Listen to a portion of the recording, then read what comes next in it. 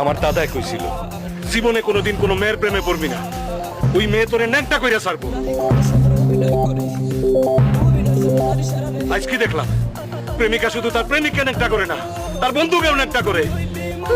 ছোটবেলায় খতনা করার পর দুই বন্ধু ন্যাংটা হয়ে পাশাপাশি শুয়েছিলাম, তখন লজ্জা করে নাই।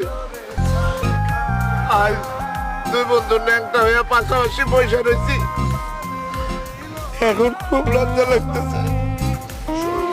আমার লজ্জা লাগতেছে না, লজ্জা হইল নারীর ভূষণ। আমি পুরুষ মানুষ, আমার রাগ হইতেছে। আচ্ছা তাইলে আমার লজ্জা করতেছে কেন?